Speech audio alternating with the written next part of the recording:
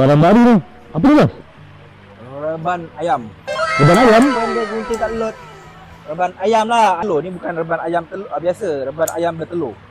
Jadi ni untuk ayam bertelur ke Bos? Ya betul, sebab kita sebulan pakai 8 papan, 10 papan kat rumah, jadi kita beli ayam terus lah. Senang. Jadi saja je sambil-sambil boring lah, tak ada kerja, kita beli ayam lah. Ni kita nak set up 3 tingkat punya. Ini boleh muat banyak ayam ni. Belah-belah 20 ekor ayam memuat. Okay kan? Kita tengah tunggu video cara pasang, malah nak fikir, tengok gaya macam susah sikit lah.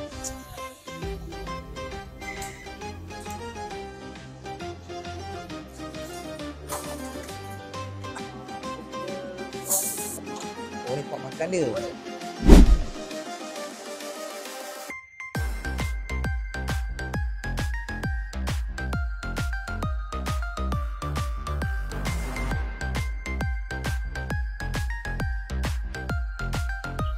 Susah weh, tutorial pun tak boleh nak ikut lah.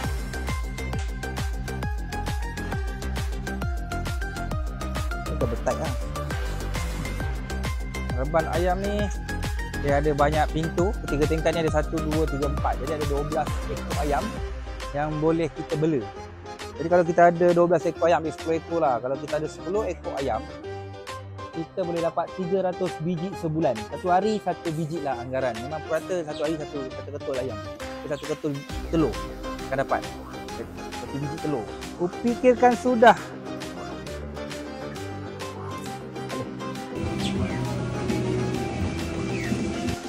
Kita tengah memasang tempat minum air. Yang ni air dia akan tekan, dia akan keluar air lah. Dia akan gerak sikit, dia akan keluar air.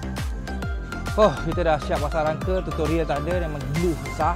Jadi Alhamdulillah siap juga akhirnya. Hampir siap. Lagi sikit, settle. Ayam mati dalam bak. Okay, sekarang kita dah siap. Tinggal kita nak masukkan ayam sahaja dalam ni. Jadi ayam kita tunggu esok. Jadi ni tempat makanan. Ni tempat telur jatuh. Jadi ni tempat minum air dia, pipe air. Jadi kita tunggu esok je lah.